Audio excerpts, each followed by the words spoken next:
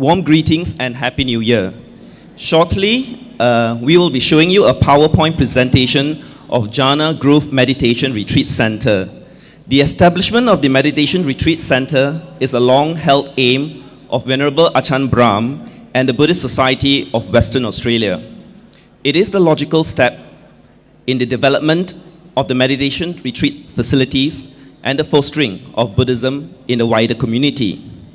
The overall aim of the Meditation Retreat Center is to provide people with an opportunity to develop samadhi, states of peace, calm, and clarity, and vipassana, insight into truth. The vision of the Meditation Retreat Center in Australia, Perth, first is to foster retreat participants in their meditation practice and their path to deep meditation. 2, to make retreats more affordable and accessible to a wider Buddhist community by charging only an amount necessary to maintain the upkeep of the center. 3, to provide and maintain a peaceful meditative atmosphere for meditators and followers of 8 precepts during their stay. 4thly, to become a center for teaching and practicing that is suitable for monks and lay people, the healthy and infirm, the young and old. Land for this project has already been kindly donated. Nestled among tall stands of Jara forest in the tranquil surrounds of Serpentine, the proposed Meditation Retreat Center is just 1 hour's drive south of Perth and is practically across the road from Bodhiana Monastery. I will let the PowerPoint presentation take you through the details of the project. Ladies and gentlemen, may I present to you Jhana Grove Meditation Retreat Center project. The Ajahn Brahm Meditation Retreat Center, a project for the benefit of all humanity, to cultivate peace, calm and clarity, to develop insight into truth and reality. The Meditation Retreat Center is a long-held vision of Ajahn Brahm. Most of you would probably be familiar with this very popular monk and teacher who has been coming to Malaysia for the last 8 years or so. When Ajahn Brahm give Dharma talks and conduct meditation retreats, it is typically to full house capacity crowds. The purpose of this Meditation Retreat Center is to promote the practice of meditation, to make retreats affordable and accessible, and to provide peaceful meditative atmosphere that is conducive even for the old and infirmed. The place is designed to accommodate 60 meditators comfortably. There are to be 10 chalets of houses arranged in a ring. Each of them has 6 single rooms, and each room comes with attached bathroom and hot water showers. There are covered walkways connecting the 10 houses to the 2 main buildings in the center. Nearer to the main entrance is the kitchen and dining room, which also serves as the administrative center. And right at the heart of the retreat center is a large meditation hall. This hall is surrounded by rooms designed for walking meditation practice. The architect for this retreat center was chosen specifically because of his good work in designing buildings and facilities for the old and infirmed. The entire complex will be made wheelchair-friendly. Set amongst lush greenery and temperate Perth climate, the environment here is favorable for retreats all year round. Considering that retreats conducted by Ajahn Brahm are typically fully booked, one can imagine the number of people who will benefit from this retreat center, and amount of good that will be generated towards well-being of mankind. It is envisioned that this place will be funded only through goodwill and donations. To give you an idea of where the project is at, let's take a quick tour starting from a familiar landmark, the KLCC. If we flew to the southeastern direction, just over the horizon, we will come to the world's largest island, which is the island of Australia. At the southwestern corner of this island is the city Perth. Those of you who have been there would be familiar with its pleasant moderate climate. Traveling 30 kilometers, or about an hour's drive to the south, we come to the town of Serpentine. Another 5 kilometers south again, just off the main highway, is a place known affectionately as the Monk Factory. This is the Bodhiyana Monastery, where Ajahn Brahm is the abbot. There are typically 20 monks in residence here, training under Ajahn Brahm in very basic and austere conditions. Yet, there is also a waiting list of over 100 aspiring monks who want to be trained here. Moving 1 kilometer to the east of the monastery is the plot of land that has been earmarked as the site for the Jhana Grove Meditation Retreat Center. Here it is sufficiently secluded from the noise and distractions of modern civilization, yet supplied with electricity and clean water. Seen from the higher plains, the future Jhana Grove Meditation Retreat Center really isn't that far away. In reality, a flight from Malaysia to Perth takes only about 5 hours. The land for this site has already been donated and a contractor has been chosen. The cost price of this project is 3 million Australian dollars. As of November 2006, 2 million Australian dollars has been collected. The construction is scheduled to start March this year and is targeted to complete no later than the end of the year. By providing support, you will give opportunity for all to learn meditation from Ajahn Brahm. By providing support, you provide facilities that are especially catered to the old and infirm to practice meditation. You also give yourself an opportunity to contribute something meaningful to the current and future generations. Your contributions may be directed to Buddhist Society of Western Australia or the Buddhist Gem Fellowship here in Petaling Jaya. When the Jhana Grove Meditation Retreat Center becomes a reality, may you also have the opportunity to visit and practice meditation there. Thank you.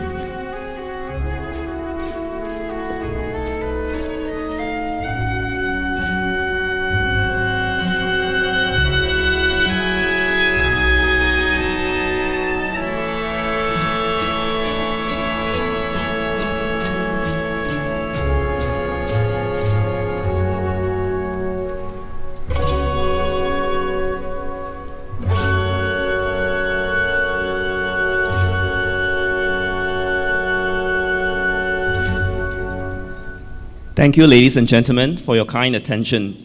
As you know, development plans are in place and the construction is scheduled to start in March 2007, that is this year, targeting to complete by November 2007. The total anticipated cost for the building project is approximately 3 million Australian dollars. As of November 2006, 2 million Australian dollars have been raised, and they are now working hard to raise the remainder.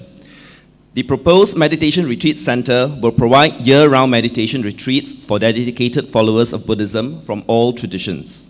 One day, may you and your family members have the opportunity to practice meditation there too. Uncles, aunties, brothers and sisters, ladies and gentlemen, this is a great opportunity for us to practice dana, giving and sharing for the cause of the Buddha Sasana. I'm sure many people have benefited from the work of Venerable Ajahn Brahm, who has compassionately and tirelessly conducting Dhamma talks and meditation retreats in Malaysia. Indeed, his knowledge and wisdom have renewed our faith in ourselves and the Buddha Dhamma. His insight has enriched our own spiritual journey, guiding us along the Buddha's path of liberation. If you feel you have benefited from him, this is the opportunity to cultivate right giving. Please open your hearts and give him the means to help more people realize the Dhamma. Sadhu. Before we start the Dhamma talk, we will sit for a while to relax ourselves and quiet our minds before the talks, okay? So just So we shall have a few moments of quiet time before the talk starts.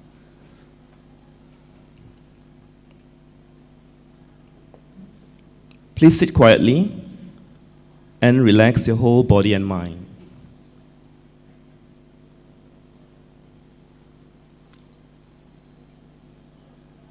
Adjust your body to an upright and relaxed position.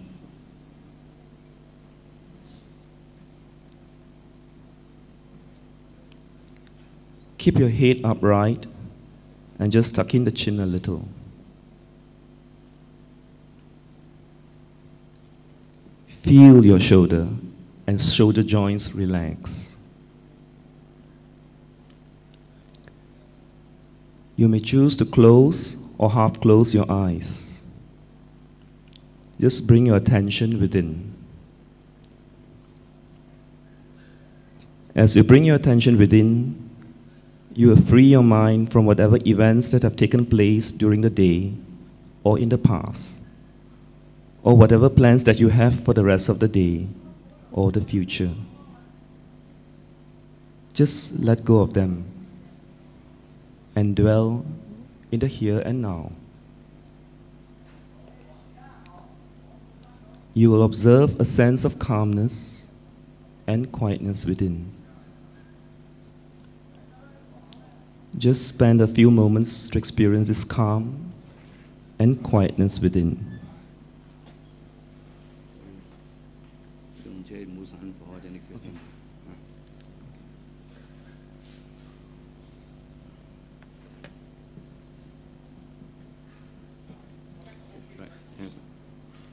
Just tell yourself to be well, to be happy, and keep a smile in your heart.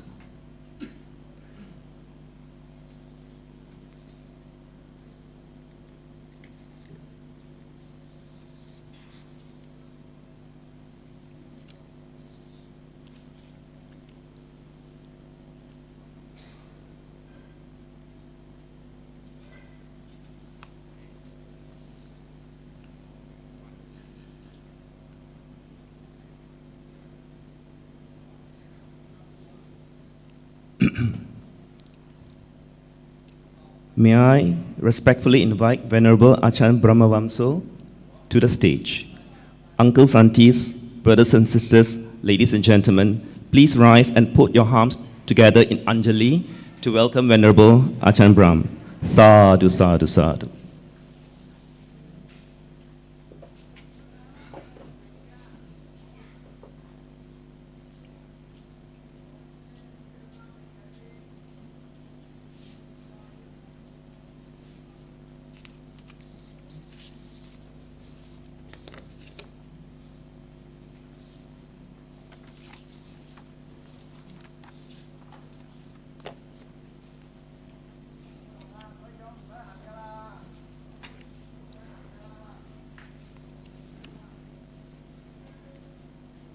Please be seated.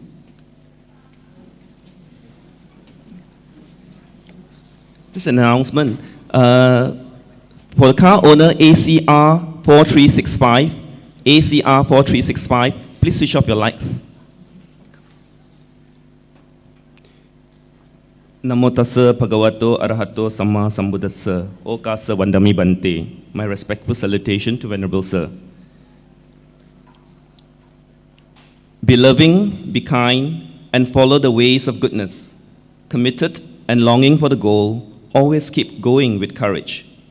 To dally and delay will not help you, but to be ardent is sure and safe. When you see it, cultivate the path, so you will touch and make your own the deathless way, some of the early Buddhists.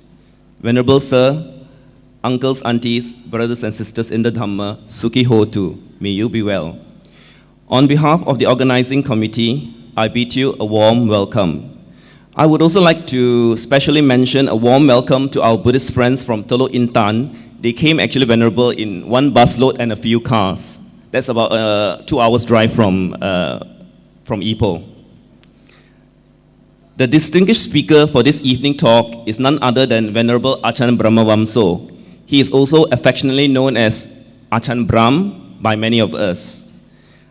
Venerable was born in London in 1951. He regarded himself a Buddhist at the age of 17, but his interest in Buddhism and meditation flourished while studying theoretical physics at Cambridge University, UK.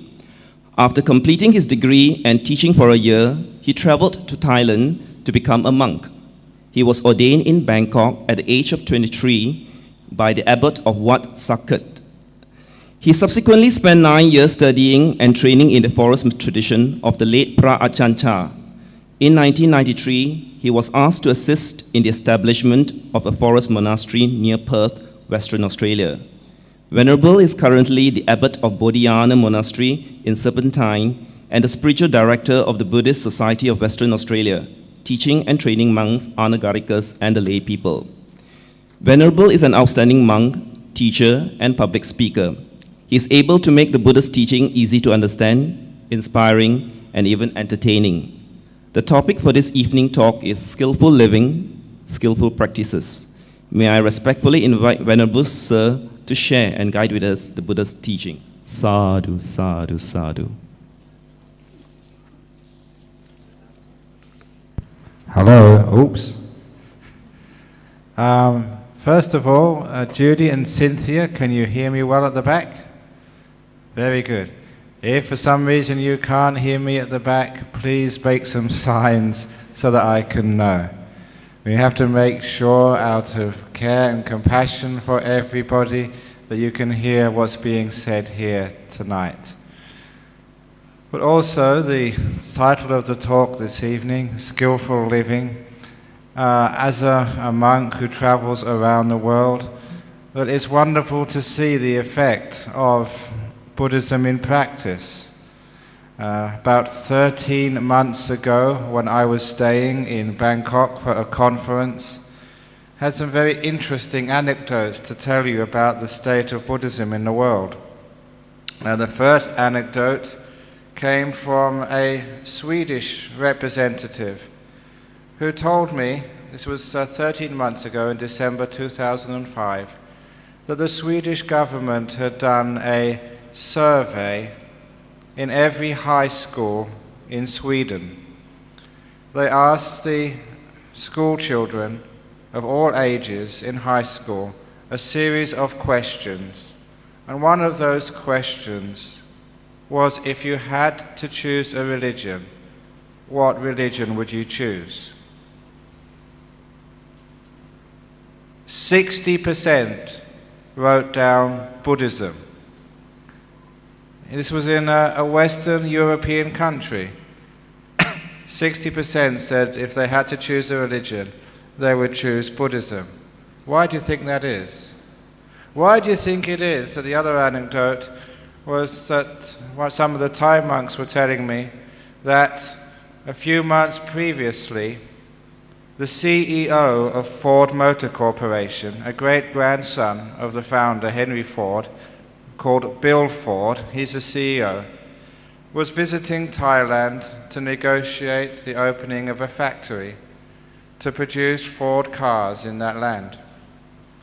So he had a meeting with the former Prime Minister, Mr. Thaksin, and when they met together, Bill Ford's first comment was to ask Mr. Thaksin whether he knew a monk called Ajahn Chah, my teacher, because Bill Ford is a Buddhist. There are many, many people in the Western world who are taking on Buddhism simply because it has a skillful practice which actually helps and makes people better, more successful in whatever they do. And the third anecdote, or third story, is something personal. Because in April, I'll be fortunate enough to go and visit my family in London, all expenses paid. And the reason is that I'm giving a master class at a conference, and this is how it started. With some of my disciples in Singapore realized that some of the things which I say are much more relevant. It's more relevant than just to Buddhists. And so they suggested that I give a session at a human resources conference. Human resources are what big corporations like to study and understand because it enhances their workforce, it makes their profits go up, and it gives more harmony and more prosperity to everybody in the company. So I went to give a small class in Singapore. But because it was an international conference, there were some people from even bigger organizations. And about 1 month later, I got an invitation to give a master class, which is a much more prominent class at the 2007 International Human Resources and Development Conference in London. And recently I got the brochure for this conference. I'm the only religious figure there, the only Buddhist monk, and alongside of me is some very, very famous people who are actually teaching CEOs and vice presidents, MDs, how to run their company. And most of you who know me, because I'm a forest monk, I don't have any personal money at all. I am going to be the poorest person amongst all these very, very wealthy CEOs and vice presidents and MDs. And I'm going to be teaching the business people how to make more money. Alongside of me will be people like Bill Bryson. There's about 11 of us teaching there. Bill Bryson is the author of one of the bestsellers, A Short History of Everything. There's also Greg Dyke.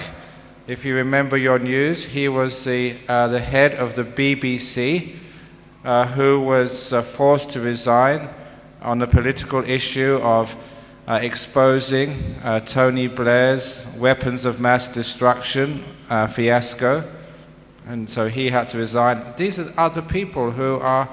There's also a very interesting lady. She is the chairman of Millwall Football Club. She's also a director of the Bank of England as well. So, and as well as the director of the Bank of England, the ex-head of the BBC, very famous authors, you also have Ajahn Brahm as well. Now, why is it that I'm invited to teach business people how to be more successful? Because some of the things which you hear here today, skillful living, is not just what you do in the temple. And Buddhism never was just about what you do in the temple. It was all about what you do in life, about how to be more peaceful, more successful in whatever you do. And for example, a couple of weeks ago I was in Penang, just before the New Year, and one of the disciples there came to thank me because she had got a very important promotion. And the reason she got the promotion, she was in IT, in customer service, was something which I told her the time before, which is actually in my book, Opening the Door of Your Heart, which that's actually been now translated into 9 languages. Been translated into Russian, into Portuguese, into Danish, into German, it's in Indonesian, in Chinese, in Thai, Sinhalese, and what else? Something else. But one of the stories in that book which caused her to have a promotion was this following story, which is a great story about how to have skillful living. This particular story, actually, you won't find in a Buddhist text because this was written sometime later by a very famous Russian author called Leo Tolstoy. And this was the story of the Emperor's 3 questions. And I'll say something else about that story afterwards, but the story was this. There was an emperor who was a free thinker, who was not all that impressed with the religions at that time. They seemed to be always arguing with each other. So he wanted to find out a religion which could satisfy his philosophy, but also be practical enough to help him with his job of ruling a kingdom. And after much consideration and much discussion with other wise people, he decided if he could only have the answers to 3 questions, he would have all the religion and philosophy he ever needed. And the story which he wrote is how he found the answers to those emperor's 3 questions. He eventually found it just in the experiences of life with a small boy. But first of all, what were those 3 questions? Question number 1 was, when? When is the most important time? Question number 2, who is the most important person? And question number 3, what is the most important thing to do? I'll repeat that. When is the most important time? Who is the most important person? What is the most important thing to do? So now I'm going to ask you, when is the most important time? Correct. Do you always remember that? When is the most important time to say sorry to your partner? Now, so if they're sitting next to you, turn around to them and say sorry. When is the most important time to say how much you respect your parents?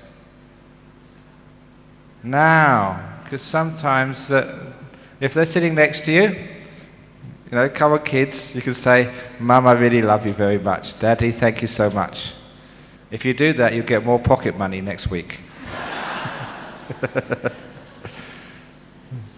It's skillful practice, even for kids. So now is the most important time. Now the answer to the next question, the second question, is the central question of the Emperor's 3 questions. It's the most important. And it's not an answer you'd probably find by yourself. Who is the most important person? I thought when I first was asked that, I thought it was oneself. And that's wrong. The most important person is the one you're with, whoever that happens to be. Unfortunately, sometimes when you go and speak with somebody, have you ever felt they're trying to get rid of you?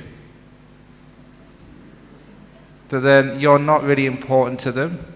They're saying, come on, get out of the way, I want to do something else. Unfortunately, that person in front of you is sometimes your husband. Or sometimes your wife as well. What does it feel like when you're trying to say something to your partner and you don't feel important? When they are not listening, they're trying to get rid of you and go do something else. If that happens too often, your marriage is not much of a marriage anymore. And in countries where you can get divorced, that's what happens. This is where the relationship breaks down. But if you imagine that the person in front of you, if that's your partner in front of you, your husband, your wife, and every time they were in front of you, you said, you're the one in front of me, you're the most important person in the world right now. Imagine what it would feel like. Because you're giving importance to them and they feel that importance, they feel that you're respecting them. You're listening. It doesn't matter whether you agree or not, but the very fact you're listening is enough to keep that love, that relationship going strong. But at work, if you practice, the person in front of you is the most important person. And that's what this young girl in Penang was telling me she was doing throughout the whole year in customer service. Even though she was very, very busy and many people were asking her questions, it was the one in front of her now was the most important person. And they felt that. which meant that she was the most popular customer service person they've ever had. She listened, the customers knew she was listening, and they came back again, they praised her, she got commendations, so she got the promotion. In business, you have to listen to your customers. Otherwise, your customers will go to another shop.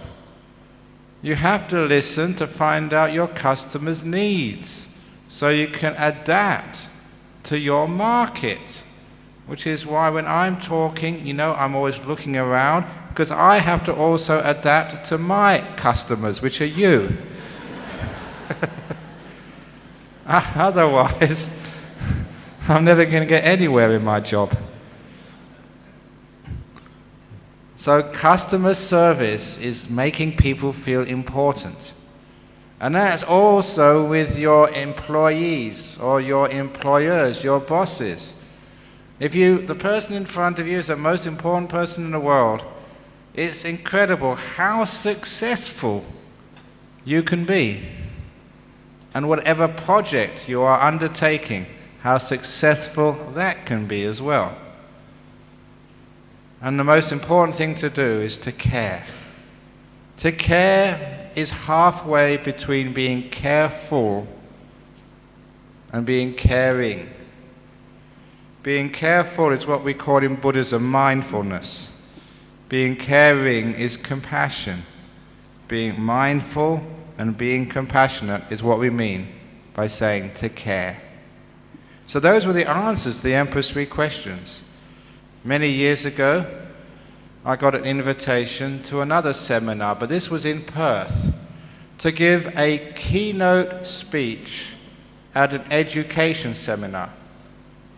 I didn't know why I was supposed to go, but the invitation carried a free breakfast. So I thought, as a monk, that's a good reason for going.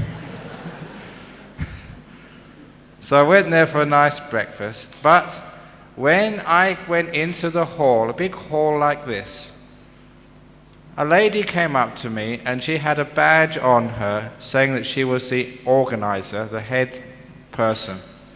She came straight up to me and said, "Do you remember me?" That's a terrible question to ask anybody. Especially a monk. Because we're honest and we're likely to say, "No, I don't remember you," which is embarrassing. So being honest, I said, "I don't know who you are." Fortunately, she laughed. And then she told me who she was. And then I understood why I was invited to this big seminar with all of these important people from the education department, ministers, the CEOs of the education department.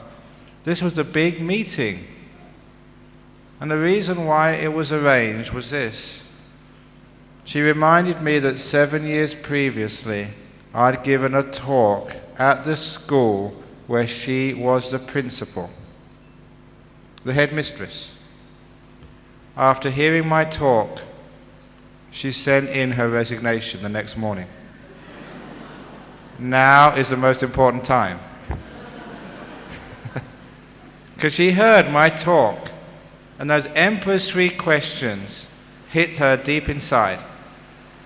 Because she'd always wanted to do something, not just for the children who were being educated in the schools, but she wanted to help people who weren't in the education system.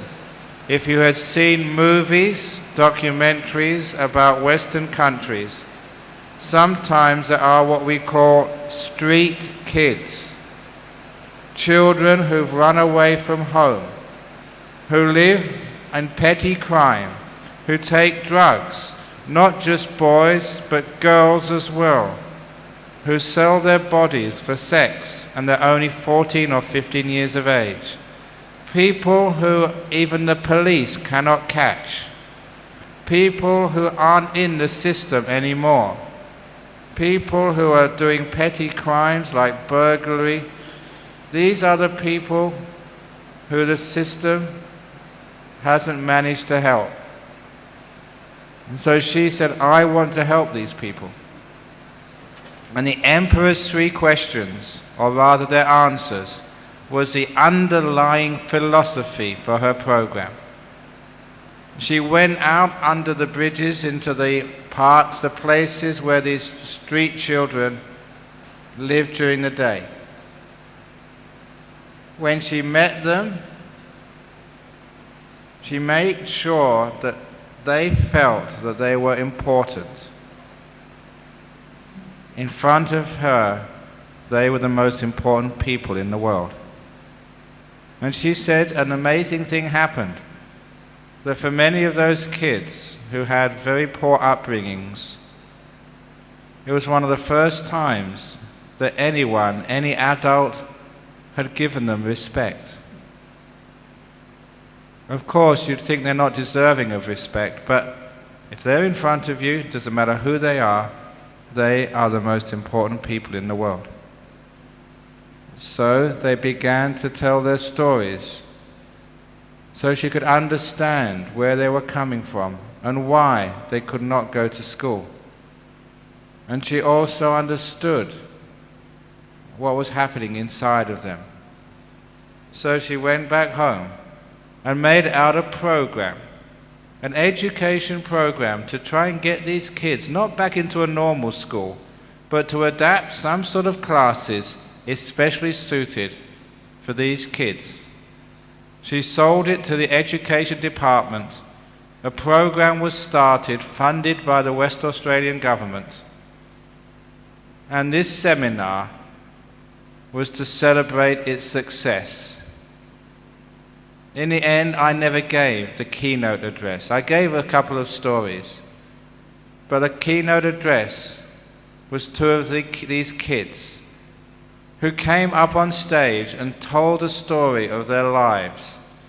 How maybe their mother was a prostitute, their father was a drug, they'd run away from home because they weren't being fed or they were being beaten savagely.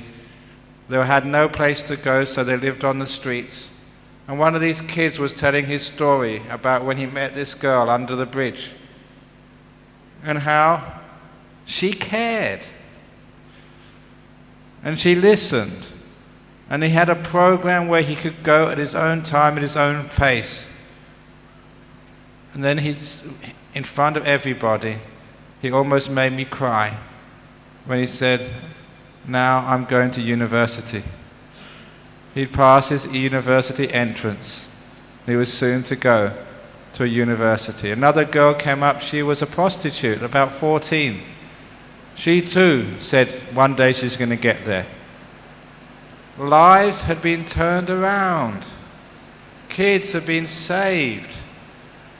And it wasn't some big religious crusade. All it was the common sense, the deep spiritual answers of the Emperor's 3 questions. Now the most important time. The most important person is the one you're with. And the most important thing to do is to care. And that has been saving many, many, many people's lives. And that's what we mean, skillful practice. So for those of you who may have trouble with your kids, they're obviously not as bad as those extreme cases which I've been talking about. But sometimes your children may be in a bit of difficulty in their life. Or there may be some troubles with them because they're depressed or they're anxious or they're not doing so well at school. Look, most of you are Buddhists here. If your child comes in the top 5% at school or the bottom 5%, they're not good Buddhists. Good Buddhists should never come at the top or the bottom. Haven't you heard about the middle way? They should be in the middle somewhere. That's good Buddhists. No extremes. So, that's only a joke. Whatever your kid can do, you try and encourage them. But Don't force them too much. If you want your child to be successful, what's the most important thing for success? It's not passing exams. It's not being clever and going to university. Research which was published last year is a very great research, and this also goes for your companies and business, for your life in general, for your health even. The research which was shown was answering the question, are happy people successful, or are successful people happy? Which comes first in life? Success or happiness? But why is it you say, okay child, you get your A levels first, you get your degree first, and then you can be happy? Or why is it you think, I'm going to work really, really hard, never see my family, because I'm saving up to make sure they got a good education, a nice house, and then we'll be happy? You all know that the answer is happiness comes first, and happy people are successful. But we forget that. You know, you may know, those of you who've seen me before, you've heard me say that in Australia, in many Western countries, Buddhism is expanding. And if you see me, I'm expanding too. It's not my fault, because all you generous dana givers, you give me too much to eat every day. But have you ever noticed that fat people are always happy? Have you ever seen fat people who are miserable?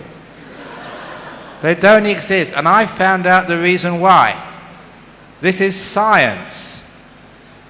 Again, last year, I was a scientist before, theoretical physics at Cambridge in England. And I always keep in touch with modern science. And one of the things which I found only about 2 or 3 months ago, a doctor sent me the article. They just found in the UK that when you laugh, the arteries in your body expand. If you're miserable, they contract. So if you've got a bit too much cholesterol, you better laugh quickly to give it space to pass through. So you've already lessened your tendency to a heart attack by, 100% by laughing at that. So what actually happens, if you're fat and miserable, then sure, the cholesterol gets stuck somewhere and that's it. But as long as you keep laughing, you can have a bit of extra weight and it balances. So those of you who are overweight, make sure you laugh a lot. Saves your life. Which means the only fat people left, all the fat miserable ones have already died. The only ones left are the fat ones who are happy, which is why we always associate fat people with happy people. So, happiness comes first, and success and even long life come afterwards. So, the best thing you can encourage your children, if you really care about them, encourage them to be happy before being successful. If you give them happiness first, the success will follow afterwards. But keep your priorities right. Happiness is more important. Some years ago, and actually not quite recently, a man came home from work.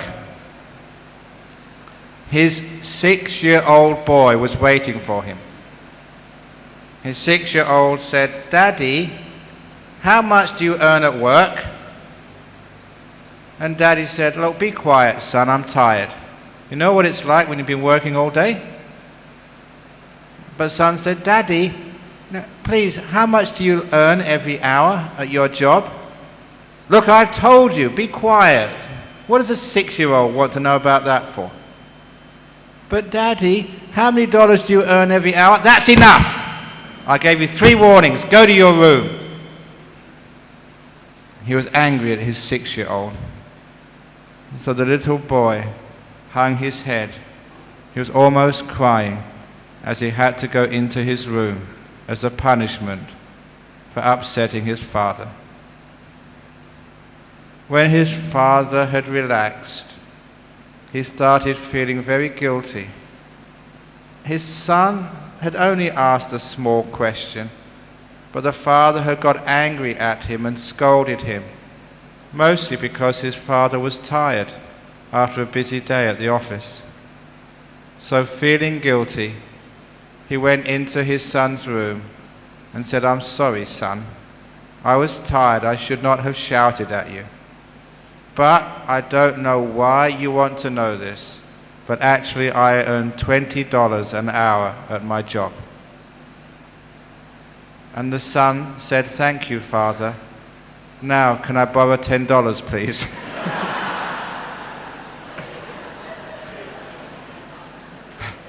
And the father was about to say, "What? You can't." But he'd already gotten angry once today. And he decided, "I'm not going to get angry again." And he got out his wallet. "I don't know why my 6-year-old wants $10, but here you are, take it." And his little 6-year-old smiled and took the $10. Then he reached under his pillow and took out another $10 in coins and small notes. He counted out $20 in front of his father and said, "Here you are, Father. Here's $20. Now can I have 1 hour of your time, please?" You understand that story? Why is it that we're so busy we can't spend time with our kids? That's all they ever want. If you can spend time with your family, especially with your children, you are going to make them very successful in life. It's time which they want, because happiness and then success happens afterwards. I mentioned earlier that those Emperor's 3 questions, they are very, very powerful in life. And those, I think some of you went to my hometown of Perth in Western Australia last year, because in June I held the 4th Global Conference on Buddhism. The 5th Global Conference is going to be held in Kuala Lumpur in Malaysia in November this year. So please go, they're great conferences. But at the 4th conference, I invited to open the conference and also to give a keynote speech the then head of the West Australian government, the Premier.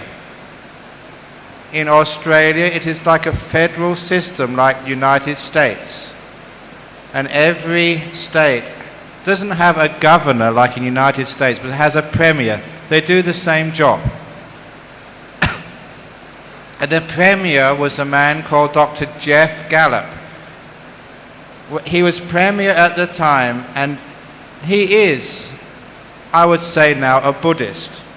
Some of the other cabinet members told me whenever there was an argument in the cabinet, in the government, it was Jeff Gallup would thump the table and said, "Be quiet, we should be more Buddhist about this." In other words, more cool, more peaceful, more together. So I've known him for many years. We invited him, but unfortunately, about 12 months ago, almost 12 months to the day, when he came back from his holidays, he held a press conference to announce his resignation. He resigned because he was suffering from depression, serious clinical depression. But he still came to my conference. He still gave the speech. He still remains a close friend. I got a letter from him about 2 or 3 days before I came here. And some of my disciples in Sydney, where he's moved to, sent me a couple of speeches he'd given about depression. This is a very prominent man in Australia. An ex-premier, he's now writing a weekly column for the Australian newspaper, the main international newspaper. He's a professor of politics at the University of Sydney. And they sent me a copy of his speech on depression, because it started off by saying, first let me quote my good friend Ajahn Brahm. And then he started quoting story after story from my book, Opening the Door of Your Heart, and how Eastern philosophy, and especially meditation, was helping him with his depression. And that was sort of publicity for what I'm teaching here, skillful living, of how to deal with something like depression, which was working. Now, it's very important to get such people as meditators. He is now the patron of the Meditation Retreat Center project. Not Jhana Grove. Somebody made a typographical error and they put 2 O's in there. Jhana Groove project. So it's groovy to meditate at Jhana Groove Retreat Center. But he considered his resignation because of depression when he was on vacation 12 months ago at Chequers in England, at the country residence of Tony Blair, the Prime Minister. And the reason is because he's one of Tony Blair's closest friends. They were at Oxford together, and this Dr. Jeff Gallup was the best man at Tony and Sherry's wedding. So now we have Jeff Gallup as a disciple of Ajahn Brahm. It's only a short step before we get Tony Blair coming to the Jhana Grove Retreat Center, and then with him he might invite his best friend, George W. Bush, and then we have changed the world.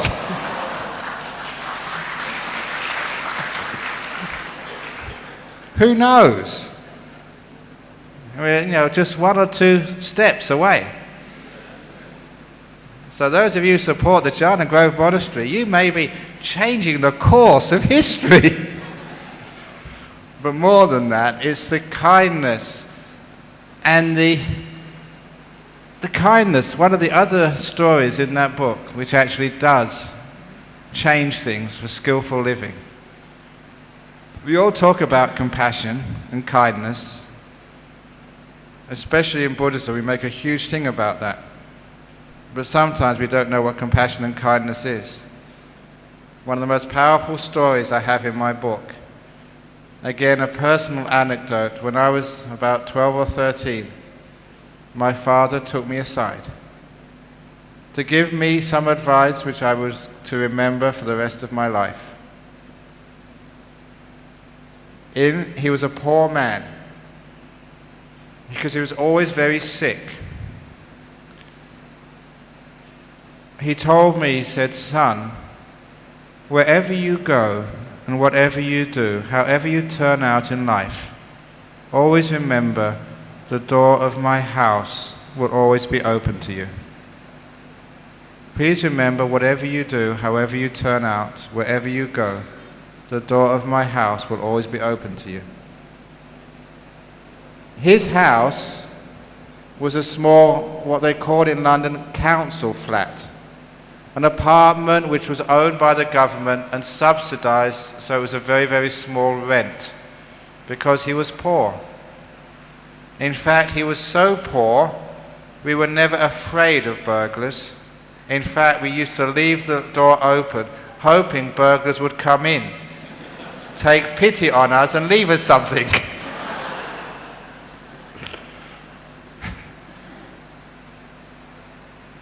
But I realized later on, that's not what he meant, the door of his house.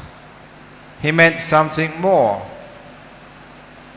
When I became a monk and remembered that occasion when my father said the door of his house was always open, I realized what he meant was to say, son, wherever you go, whatever you do, always remember the door of my heart will always be open to you. You're my son, I love you, that's enough. Whatever you do, the door of my heart will always be open to you. To me, even now, that's the most clear and meaningful description of compassion that I've ever had. What it means is turning to your children and telling them the same. Son, daughter, I might disapprove of what you do sometimes, but please understand this. Wherever you go, whatever you do, whatever happens, you're my child. The door of my heart will always be open to you. And maybe once you've done that to your children, see if you can turn around and say that to your husband. To your wife. Why not? Isn't that what unconditional love is? Say, darling, you're the one I've chosen. Wherever you go, whatever happens, please know the door of my heart is open to you. I now say that to you as a monk. It doesn't matter what you do, where you go, what happens. The door of my heart will always be open to you. And I will never get angry at you. For those of you who have known me for a long time, have you ever seen me get angry at you? Why? Because the door of my heart will never close. It's wide open. This is what we mean by compassion and kindness. But it has to go even further than that if you want to overcome depression, pain, disappointment in life. If you want to understand what enlightenment is, the goal of Buddhism, then one day sit down alone and say that to yourself. Me, the one I've known more than anybody else. Yourself. Whatever I've done, the door of my heart is open to me. To open the door of your heart to yourself. No matter what you've ever done, no matter who you are, no matter if you've achieved a lot or a little, to be at peace with yourself. To open the door of your heart. If you could do that, all your problems in life will just vanish. You'll be at ease and at peace with yourself. There's no more ill will or hatred or negativity to your past, to your present, or even your future. Do you understand what I mean there? It's embracing, accepting, letting go with kindness. It's the Buddha speaking. The door of my heart is open to yourself. Because too often people get depressed and angry because they dwell on all the things which have gone wrong in the past. Why do you keep thinking of all the things which went wrong in the past? Once there were 2 chicken farmers. The first chicken farmer was not very clever. In the morning he went to the chicken shed with the basket. He collected all the chicken poo, the dung, and he put that in the basket and he left all the eggs to rot. That was a very dumb chicken farmer. Chicken farmer number 2, he left all the dung, all the excrement to rot, and he collected the eggs so he could make an omelette for his family and sell the rest of the eggs in the market for cash. That's a very clever chicken farmer. Now the meaning of the story is this.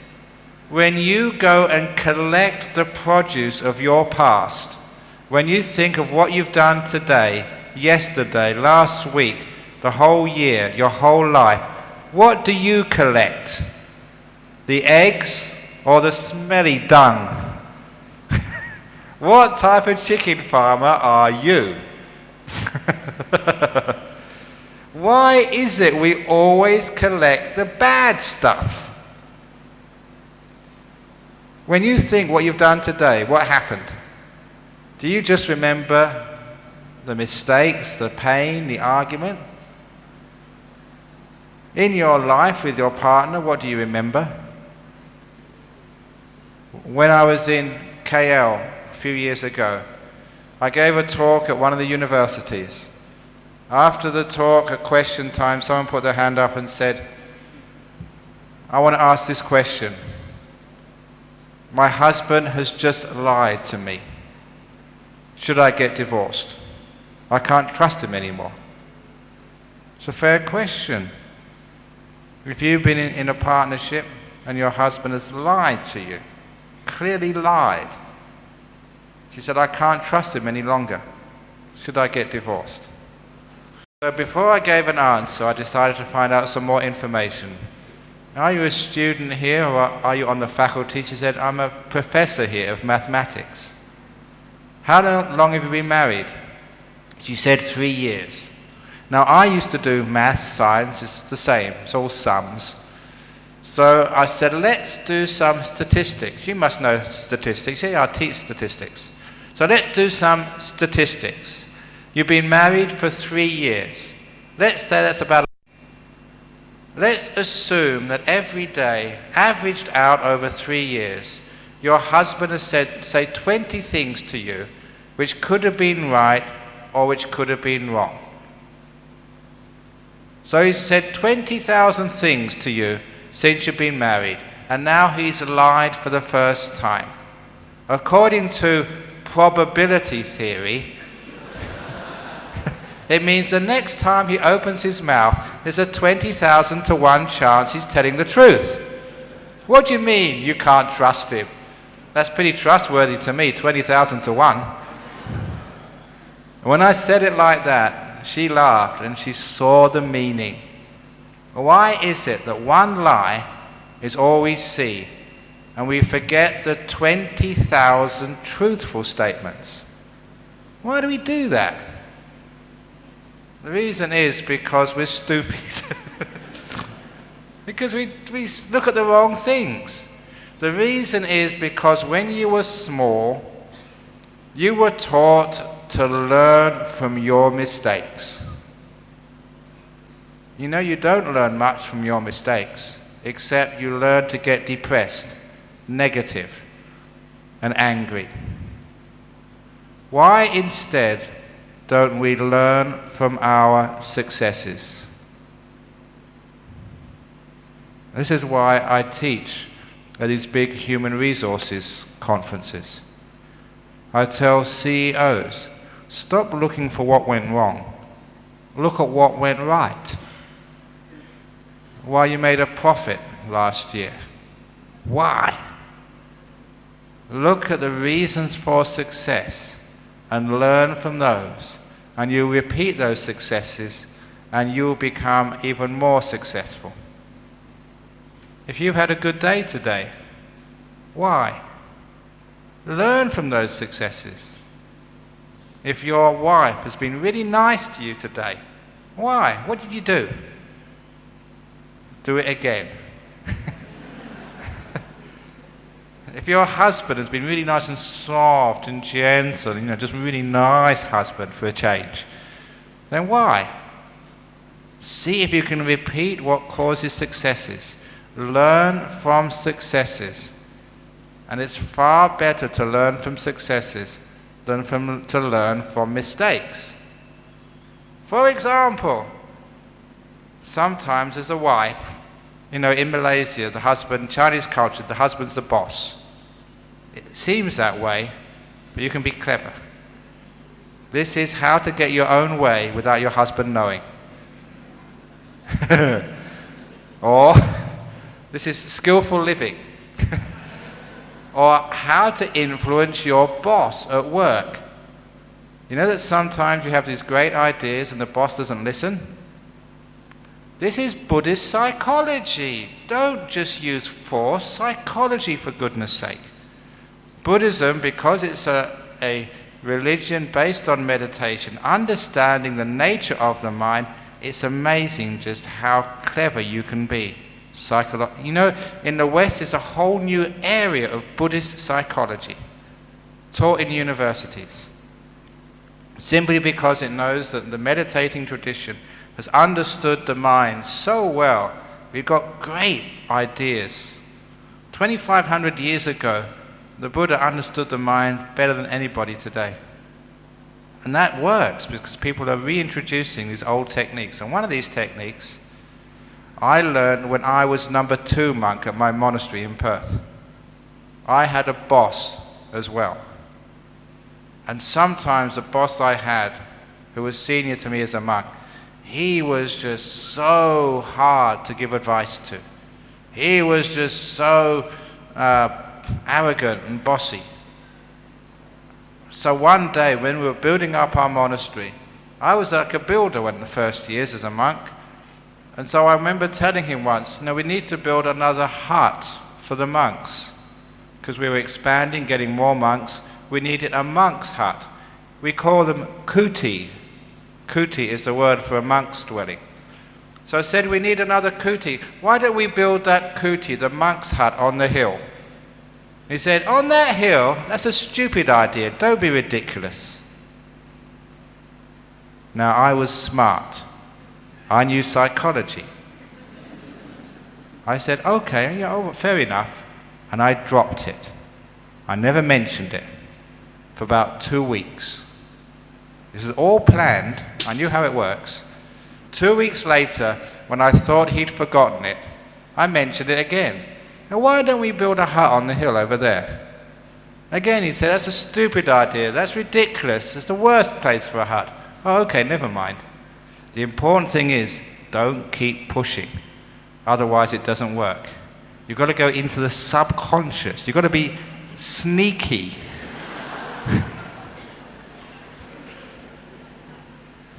And it always worked.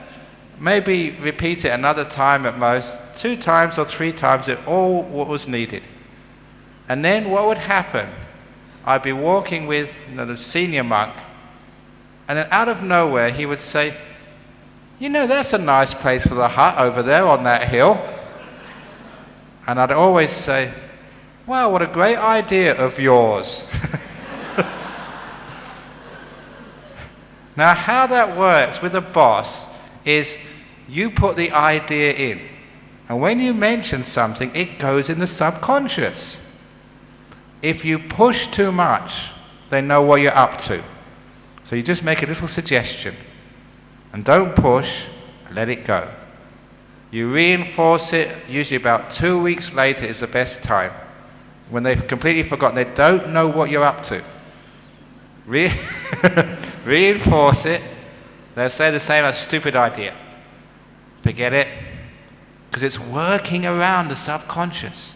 If it really is a good idea, they see it themselves. It's like hypnosis. It's like advertising. And you repeat the message on the TV 3 or 4 times. If it really is a good message, it becomes your idea. And think, let's build a hut on the hill over there. But the thing is, with a boss, you always have to say, what a great idea of yours, boss. If you want to get on in the world, that's what you have to say. But you've got your way. So your wives, if you want a new dress, say, look, no, I really need a new dress. You got too many dresses already. Oh yeah, that's true. Shh. 2 weeks later, I really need a new dress. Stupid idea.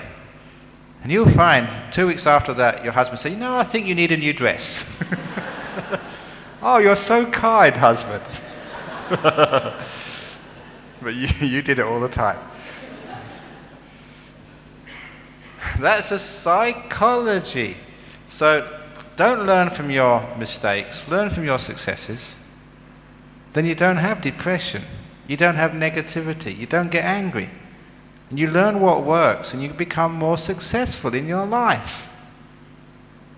It's kindness, loving kindness. It's wisdom. And it works so well. And it's because of that these things like Buddhism is really spreading in this world. It's a gentle, very kind, beautiful message. And it's not violent. It's also good fun as well. For example, it was a couple of years ago, people asking me what's the Buddhist answer to terrorism. Because at that time, there was, in all the newspapers throughout the world, there was the accusations against the US Marines in Guantanamo Bay.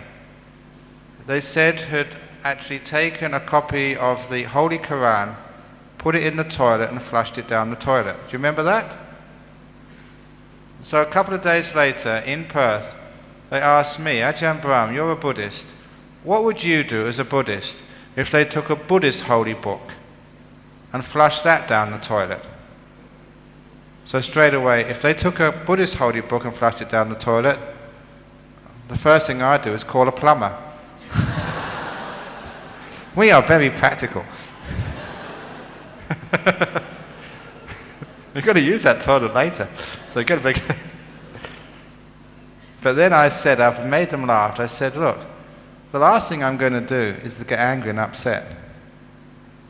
Because you can flush a Buddhist holy book down the toilet, but I'm not going to allow you to flush Buddhism down the toilet.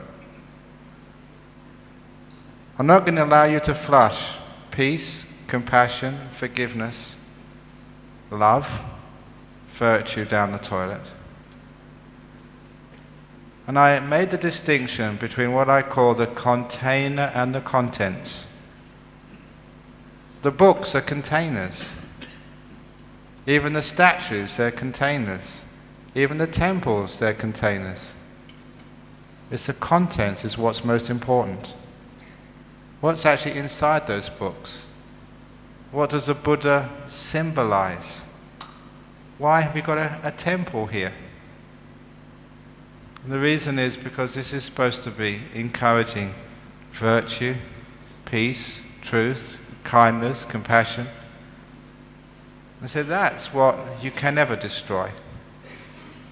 So you can even kill me, but please don't allow peace, virtue, and forgiveness to be killed. When you understand the difference between the container and the contents, it makes it much easier to understand what religion truly is. We do have many different containers. If you go deep inside, you find very similar contents. So virtue, peace, compassion, love, harmony, working together. Because only when we work together can we solve the problems of this world. We can never solve them alone, especially when we're arguing. So when we can learn how to work together, it's amazing what we can achieve. And I'll finish off with this beautiful symbol of religious harmony. This is actually in my book. It's called The Simile of the Old Man and the Violin. It's one of my favorite stories in that book. Many years ago, there was an old man who lived high in the mountains in a very poor village. And like many parents, he worked so hard for his children's education. He managed to save enough to send his children to good schools, even though he was a poor man just working up in the mountains. And eventually he managed even to send his children, because they did well at school, to universities. He sacrificed everything for his children's education. You can understand why, because you sometimes do the same. Or maybe your parents sacrificed for you, so you could be where you are now. And once his children had passed their university and established themselves as lawyers or doctors or business people in the city, one day they met together and said, "Our father has helped us so much. Why don't we invite him into the city and really look after him? Because he's never been here before. He spent all his life up in the mountains." So they decided to invite their father for the first time to see a modern city. And of course, if you've lived all of your time, all of your life up in the mountains, the cities are very strange and wonderful places. He saw things you never see in the mountains. And one day he was walking through a part of the city when he heard a terrible, terrible sound. It was the worst noise he'd ever heard in his whole life. No worse than the crows, ga, ga, ga. You know where crows come from? They're men, the wives and husbands who talk badly to each other, who nag too much. In your next life you get reborn as crow. Ga, ga, ga, ga, ga.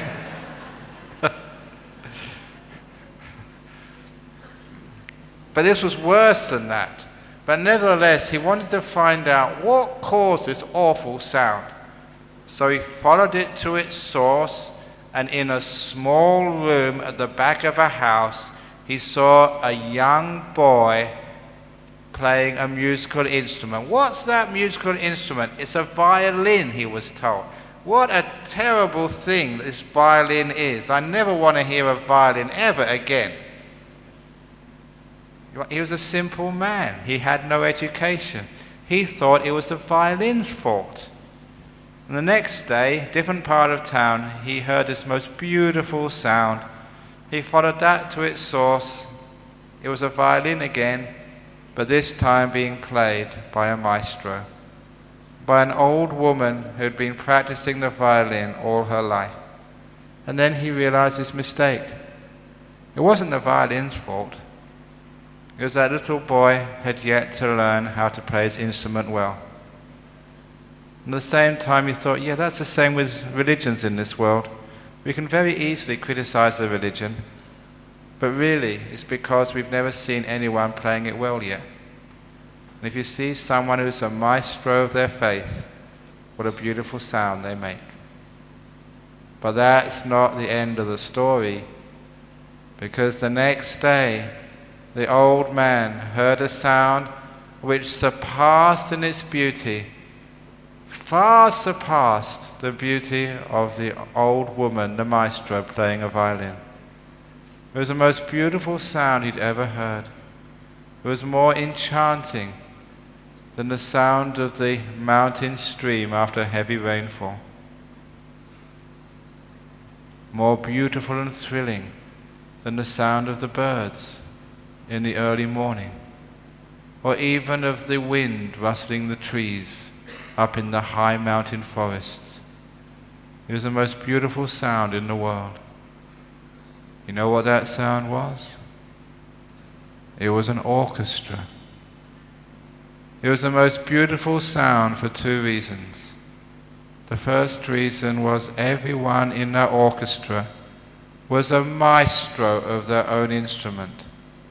First, they learned to play their own individual instrument, whether it was a tuba, a clarinet, or a violin, so well.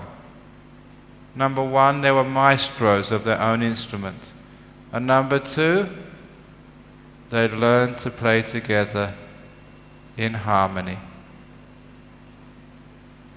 And he thought what a wonderful thing it would be if people of all religions learned their religion so well they were maestros, and then learned to play together in harmony and peace. What a beautiful sound that would be. Skillful living, skillful practice, peaceful world. Thank you.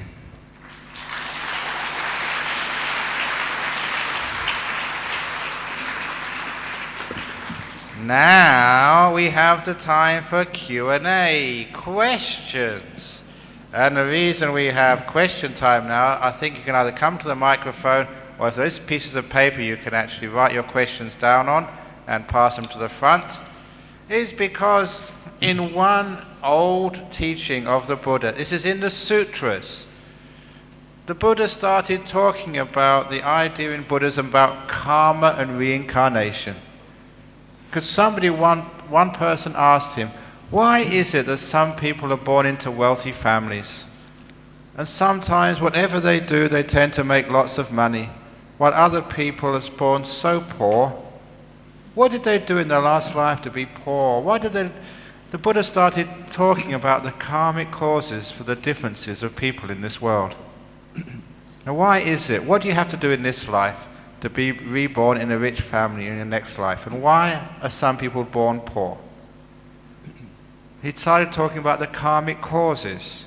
He also started to talk about what you have to do to be reborn beautiful and why some people are reborn ugly. And when I say ugly, I decide I will never look at anybody. Because once when I said ugly, I was looking at one particular woman and she complained, Ajahn Brahm, why were you looking at me when you said ugly? I thought I always look at the floor when I tell this story now. But in particular, the Buddha said, what's the karmic cause for intelligence? And why are some people born stupid, dumb? They go to school, they just can't pass their exams. What did they do in their last life to lack intelligence in this one? And the Buddha said, the karmic cause for lack of intelligence in your next life is because you didn't ask questions in this life. Any questions? Bhante, we have some questions from the floor. Great. Some people are going to be intelligent in Ipoh and Telok Intan in your future life. Bhante, Okay. there are questions. Bhante, Yeah, go on. the young are generally not interested in the Dhamma. What are the skillful ways to get them interested? Okay, just before I went up to, where was it? To KL. I gave a retreat in Champaka Buddhist Lodge just in mid-December. Before I went up there, the night before, I was teaching in a youth camp for the Buddhist Fellowship in Singapore. So there they had a group of kids from 16 to 25, doing something together to learn Buddhism. And they wanted me to give them a talk. So I looked upon them and looked, what are 16 to 25-year-olds interested in? Are they really interested in Four Noble Truths and Eightfold Path? No. What the boys are interested in is girls. What the girls are interested in is boys. So I decided to teach them Dhamma which would interest them, which would also be helpful for their lives. So the first thing I did, I looked at the girls and I said, what really impresses you in a boy? What type of boy do you like? Is it a boy who takes drugs or gets drunk and does stupid things? I said, no. Is it a boy who spends his money wearing designer clothes? Or, puts studs in his nose or whatever? No. What are you looking for in a boy? They said someone who is kind and trustworthy and good fun. And it was very important that the boys were listening. Because of course they want to attract the girls. They just didn't know how or what they're supposed to do. And then I turned to the boys. What attracts you to a girl? Does she have to wear expensive clothes and expensive perfumes? They said, no, that's not what we want. It's amazing because they said that they wanted girls who were also trustworthy, kind, and good fun. They wanted the same thing. But the trouble is that you didn't know that. So some girls have to spend a fortune on makeup and clothes. You don't need to do that. You spend a fortune learning how to be happy, learning how to be virtuous, learning how to be kind. That's what attracts people. So this is actually putting Dhamma into kids. If you want to have a nice girlfriend, then be a good person. Be a good person. Be kind, be trustworthy, and be light-hearted, have some fun. That's more attractive than some boys trying to show off by driving fast motorbikes and killing themselves. People think that's what they need, or going into fights. Look how tough and strong I am. That doesn't impress. So that's actually how I taught Dhamma to kids. And they were paying full attention when I was speaking, because they want to find out what we need to do to get a nice girlfriend or boyfriend. See, this is actually how you teach Dhamma to that age group. You find out what they're interested in, and you can teach that. So that's how we do it. Okay, next question. Next question. If one's child or children are born either physically or mentally challenged, is it because of karma? How does one overcome the pain, the disappointment, and the many emotional and financial difficulties that lies ahead? Okay, sometimes we in the past we used to call them disabled children. I've never seen a disabled child. All I've seen is a child with a disability. I've never seen a sick person. I've seen a person with a sickness. When I went to visit prisons, I've never seen a criminal. I've always seen a person who's done a crime. You may think this language is the same, but it's not. It's very different.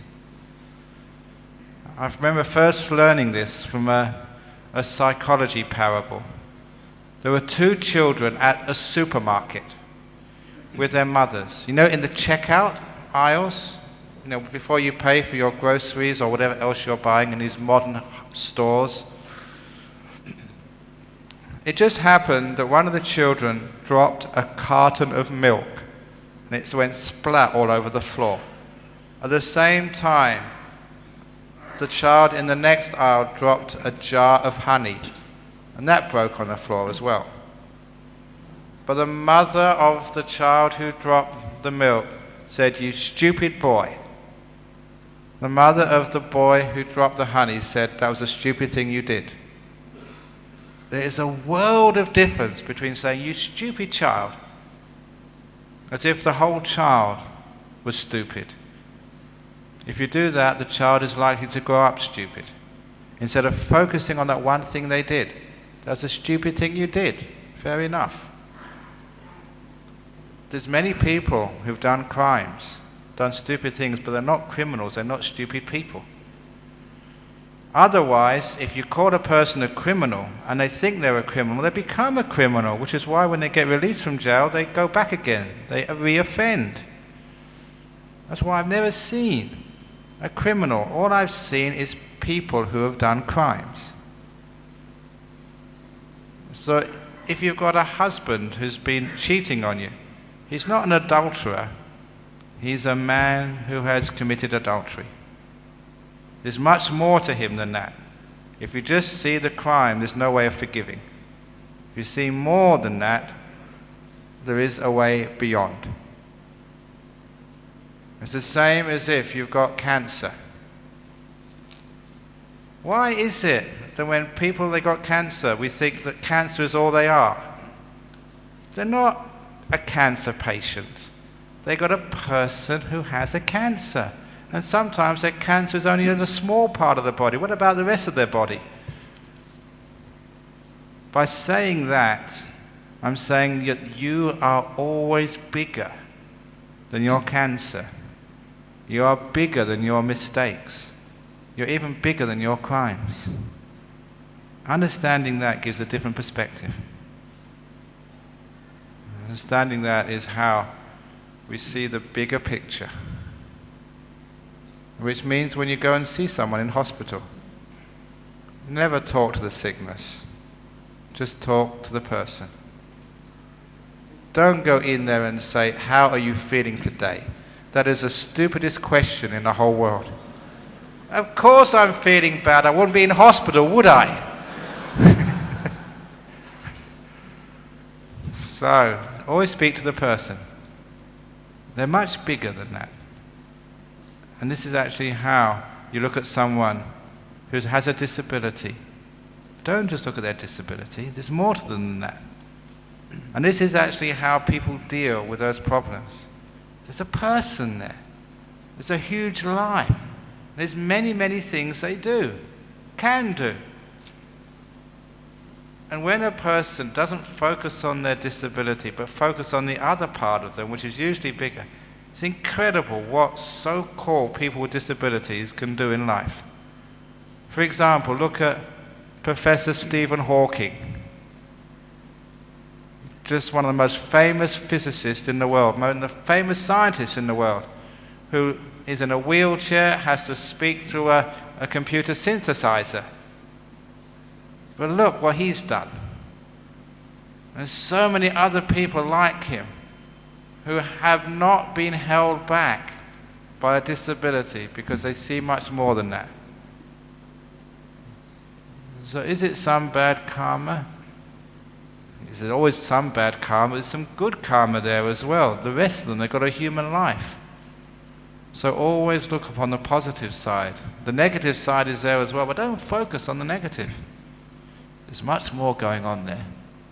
So see the big picture, and the answer to that question becomes quite clear. May we take one question from the floor? Yeah, it's right Please over there. come forward to the mic. Microphone.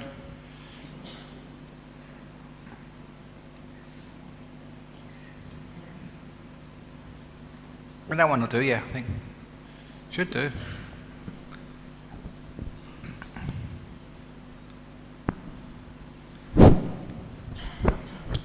A very good evening to you, Venerable. Good evening. I have a few questions. Okay, maybe one first of all, and then we see how it goes. Yeah. Actually, there are 3 questions. Go on, carry on. From the simple to the complex. What is suffering all about? What is suffering all about? Suffering is asking from the world what it could never give you.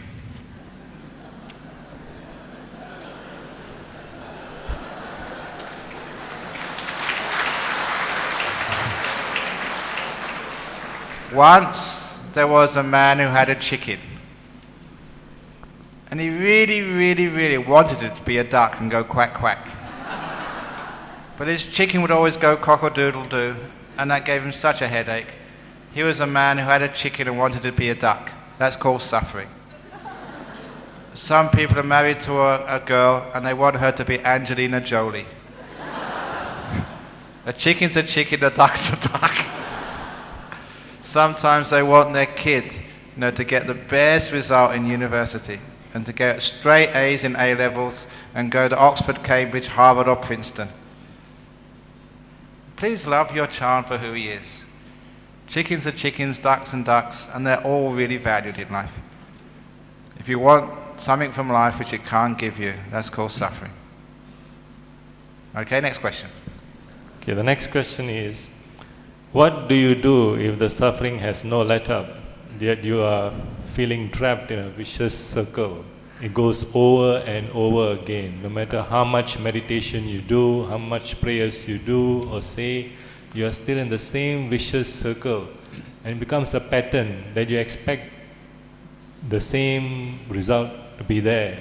Like you are immune to it. Okay, what you do, you can't change the world, but you can always change your attitude. Once one of my monks was teaching in a top security prison in Western Australia. After 3 or 4 weeks, the people in jail, they got to like this monk, so they said, can you stay afterwards? We'll give you some tea, just have a chit-chat. So he stayed and they were asking him many questions. What they asked him, first of all, well, what's it like in a Buddhist monastery? What do you guys do? And so he told them about life in a monastery such as mine. He said, we get up at 4 o'clock in the morning. 4 o'clock, said the prisoners. Even in jail you don't have to get up that time in the morning. Then what do? You watch TV? No TVs in forest monasteries. You just have to meditate. Well, I suppose you're monks, that's what monks do. But then you have breakfast. Many monks eat 1 meal a day. No breakfast. If we do, it's so simple, no choice. Wow, in prison you can get much breakfast. But okay, what do you do after breakfast? Can you sort of go and hang out and just play sport, have a game of soccer? No, we don't have sport in a monastery. Actually, one day we thought of actually starting a Buddhist soccer team.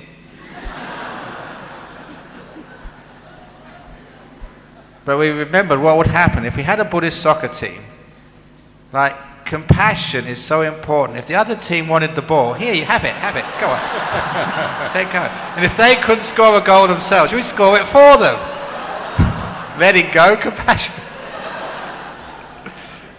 We wouldn't do very well, so that's why we don't play sport. So, but then I suppose you have your lunch. Yeah, in my monastery, we eat out of a bowl. Everything goes in the same bowl in my monastery. Sometimes we get ice cream on top of the curry. Sometimes we have custard goes on top of the spaghetti. Yuck!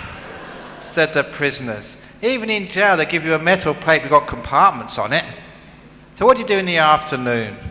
You know, can you sort of, play video games or play cards? No, it's more meditation all afternoon. Oh boy.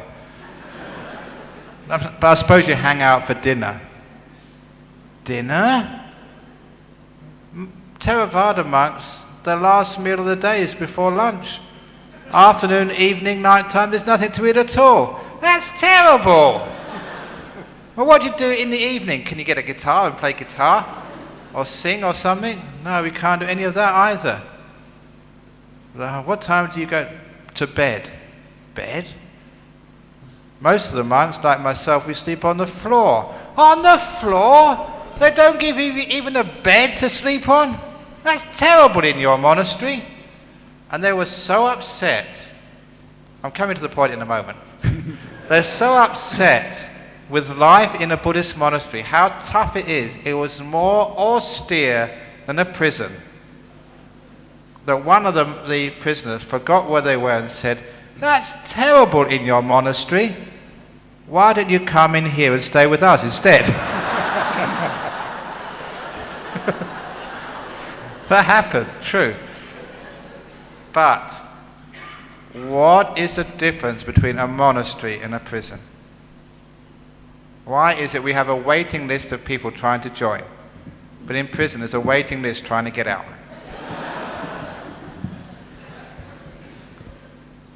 Now is the important part of this, which will answer your problem or your question. What is a prison? A prison is any place you don't want to be. Even if you're living in a 5-star hotel and you're homesick, your hotel becomes a prison for you. If you're in a job you hate, your office is your prison. If you're in a marriage which is very painful, your marriage is a prison. If you're in a body which is sick and hurting, sometimes if you don't want to be in your body becomes a prison. Any place you don't want to be is a prison. If you're in this room here and you say, "When can I go home?" This room here becomes your prison. What's the opposite of prison? It's called freedom. And freedom is wanting to be here. It doesn't matter how austere it is. If you want to be here, you're free. If you're happy with your partner, they're not the best husband, not the worst.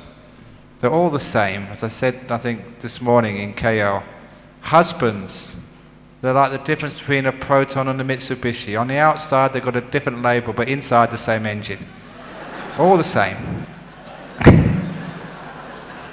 So if you think, "I'm going to get rid of this one and buy a new one," it's exactly the same. All husbands are the same. Same with all wives, all the same. Maybe like slightly different detail on the outside. But the engine and the handling are exactly the same. But if you're happy with the one you've got, then you're free. So a lot of times suffering is not being happy where you are. And you try and change where you are instead of trying to change your attitude to life.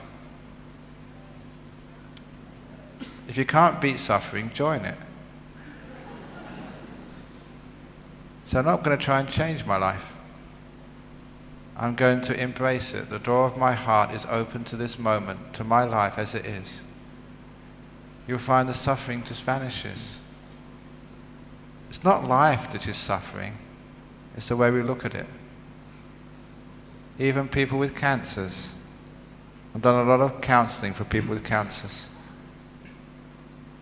It's not wanting to be here. wanting to get rid of it. I don't like this. I'm ashamed of this. I'm afraid of this. That's a problem. That's the suffering. Not the disease. That's nature. It's the way we look at it. If you understand that, you understand the heart of the Buddha's teachings. Can't change the world, but you can change the way you look at it. Does that answer the question? Well, let's try the third one. Yeah. What sort of dukkha is this, and how does one get out of it? You are trying to say to accept it as it is. If Don't go against it. If you can't change it, accept it. Because it's the wanting to get rid of things. A good example of this is a story which was told by the Buddha, which is in, again, the book. It's called the story of the demon who came into the emperor's palace. This was a story told by the Buddha over 2,500 years ago, which is so applicable to many things in our modern life. It's a metaphor.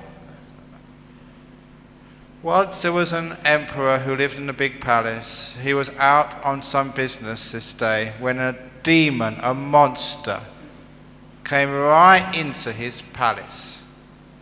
The monster was so ugly, so stinky and frightening that all the guards, the soldiers, the ministers and the servants who should be protecting the palace froze in terror, allowing this demon to go right into the throne room and sit on the emperor's chair.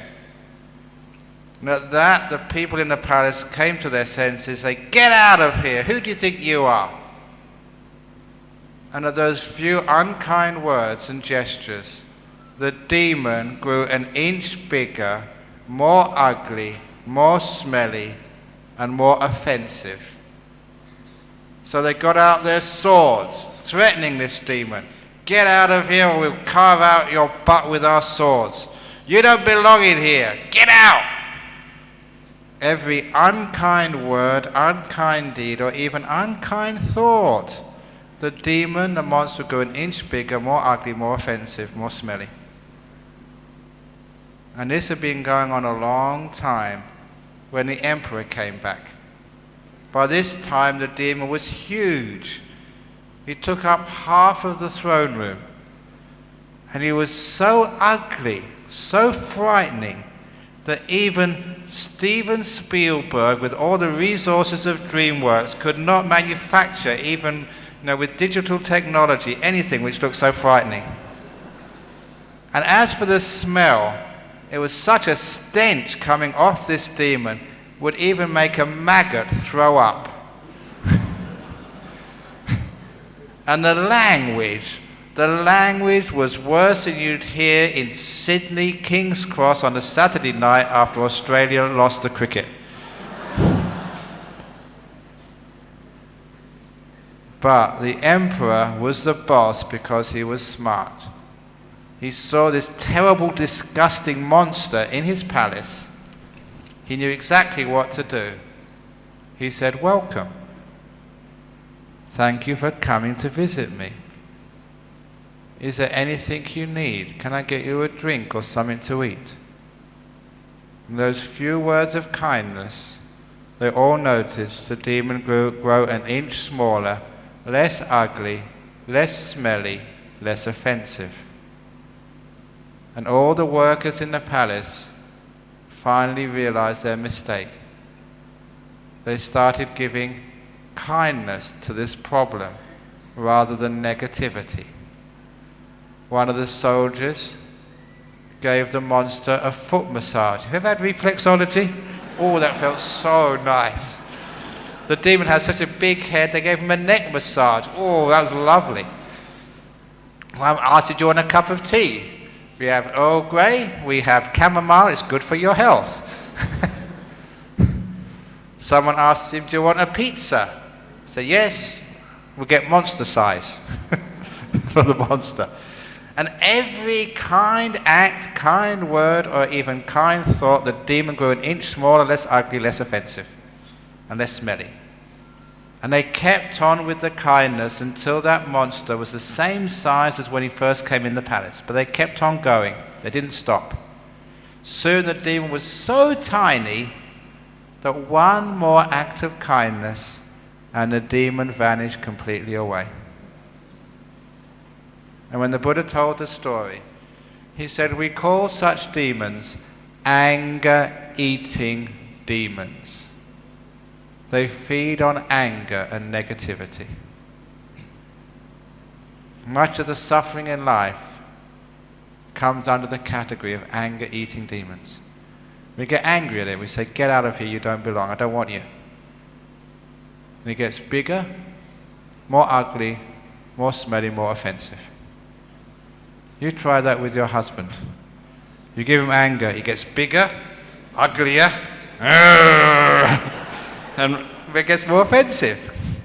We give him kindness when he's angry. There you go, darling, never mind.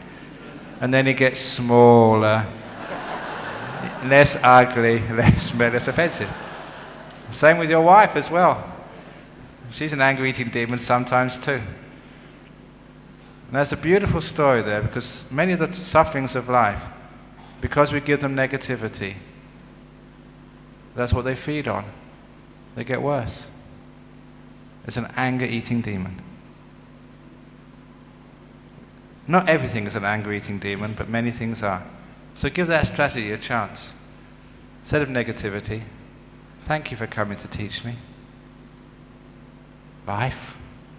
It may be tough now, but this is what I call fertilizer. If ever you tread in dog excrement, because sometimes the dogs, they do their business on the sidewalk. If you ever tread in dog excrement, dog poo, never scrape it off your shoes. Don't waste it, take it home. And dig it under your mango tree. Because 1 year later, your mangoes will be sweeter than ever before. But when you eat that mango, please remember what you're eating. Dog excrement, transformed. That's what suffering is like. When you know how to use it, it's smelly and ugly at the beginning, but it becomes very sweet at the end. If you know how to turn dog poo into a sweet mango. Okay? Does that answer your 3 questions? So what you're saying is, by accepting this suffering, it will in a way alleviate my dukkhas later on? Yeah, it'll make you wise and compassionate. I've mentioned this to many people, because especially young people, before you find your partner in life, you get broken heart. Many times. But unless you've really had a lot of hurt in your life, you'll never know how to love. You think you may know how to love, but unless you've experienced pain and suffering, you have no idea what compassion truly is. It is in the tears which we will shed many times in our lives. That is actually what waters the plant of wisdom and compassion. Suffering has a purpose in this life. Its purpose is to learn, to grow, to be wise, and eventually to be compassionate. Without suffering, there would be no incentive. There would be no juice of tears to make things grow. No smelly, disgusting fertilizer. This is what suffering is all about. Okay, thank you, sir. Thank you, Venerable. Thank you very Okay. much. Is there some more questions there? Or we run out? Oh, we've got some more. Yeah?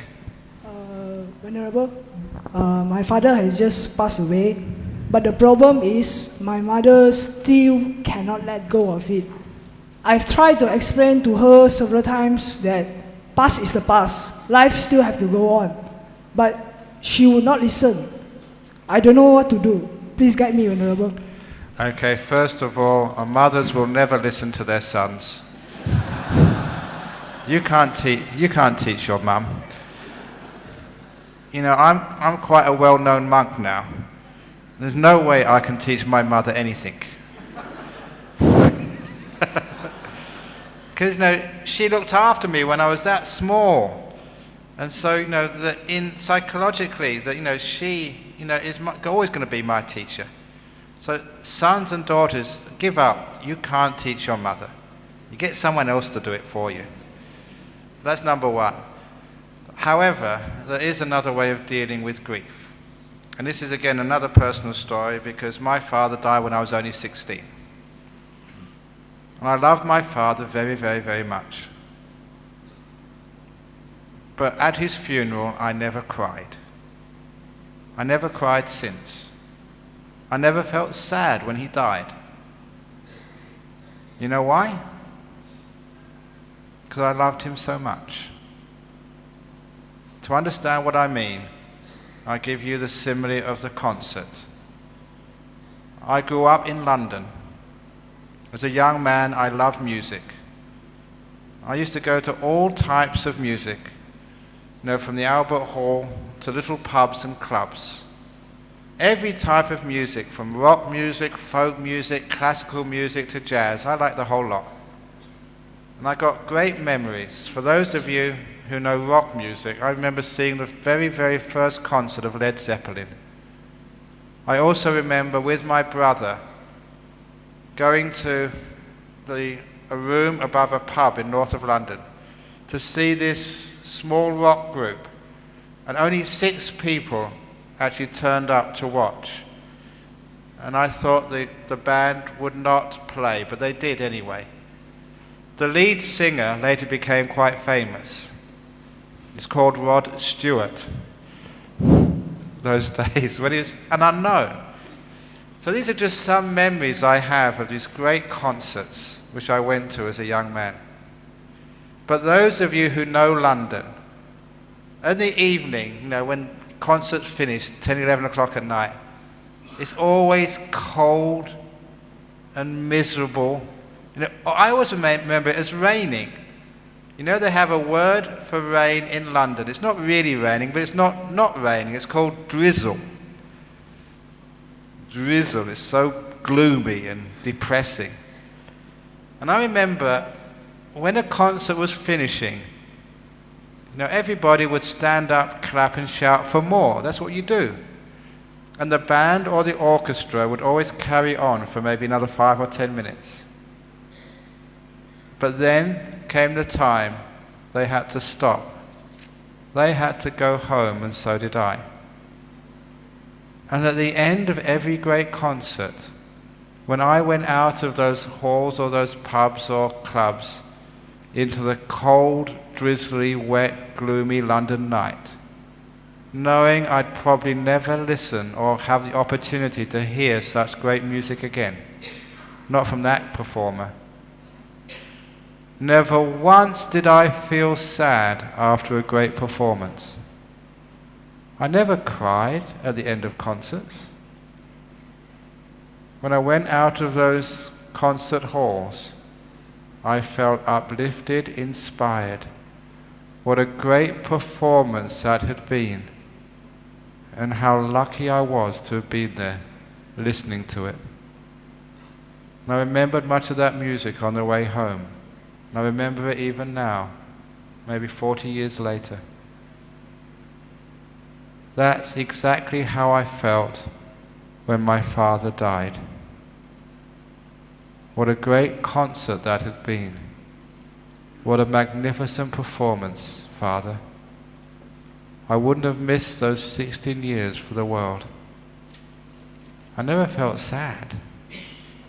I felt privileged. I felt gratitude. Wow, how lucky I was to have known such a man. That's why I never cried, no more than I cry after a great concert. There's another way of looking at the end of things. Instead of looking at what's been taken away, look for what you've had. The years you've known that person, rather than the years they're not going to be there for you. It's a different perspective, that's all. And it stops the tears, and instead gives you this beautiful inspiration inside. It's a simile of the concert to stop the tears of grief. If you understand that, the more you love a person, the less you'll cry. Next question. When we think negatively, negative things are attracted to us. How do we stay positive all the time? Easy. You got a choice. Why allow life to spoil your happiness? Again, to this premier, Dr. Jeff Gallup, that was his favorite phrase he learned from me. Because when you're in politics, sometimes the media is always looking for the worst possible interpretation of what you said or did, especially in the West. And they're always pulling you down, saying you did the wrong thing, and it's so difficult being a leader in the West because people are always criticizing you. So I told this Dr. Gallup, the premier, I said, look, don't allow the media to control your happiness. And it clicked in him. He said, yeah, just because they say these things, I'm not going to allow it to spoil my day. And don't allow what your wife says to control your happiness. Or your husband says, or your boss says. Your happiness is under your control. Once, or if somebody calls you a dog, that's a very terrible thing to call someone. If someone calls you a dog, what should you do? Answer, look at your bottom to see if you have a tail. If you haven't got a tail, you're not a dog. End of problem. So you don't have to allow other people to control your happiness. So you don't have to allow life to control your happiness either. You can be happy no matter what. Your attitude. Because happiness lies in the mind. It doesn't lie in the body. And your mind can be free whenever you want. So this is how to have a positive attitude. Number one, you can if you want to. And number two, you get far more success in life. You achieve your goals much more with a positive attitude than with a negative one. I already said, remember your successes, not your faults. If you want to sort of have a nice time with your partner, praise her. Tell her how beautiful she looks, how good her cooking is, how kind she is. Now lay it on as thick as you like and see the result. Oh, she'll be just so nice afterwards. Of course it is. Praise gets you everywhere. You kids, go up to your mum, as I said earlier, and say how much you love your mother and how much you respect your father. And look, father, mother, that you just sacrificed so much for me. You're so kind, parents. I really love you. Can I have an increase in my pocket money? Of course they'll do that. Oh, he's such a nice kid. He's so kind. Yeah, go on. It's amazing it works. If you praise other people, they become soft. There's someone who was actually in conflict management. When you've got two partners, either in business or in life, at war, and you want to try and bring them together, you never focus on what separates them first of all. You find something to praise them, something they have in common. And once you actually get a person's trust, you're not being negative towards them, but you have this positive attitude towards each other. Look, I really respect you. You're a really wonderful wife. You've been so kind. But, one thing about your cooking.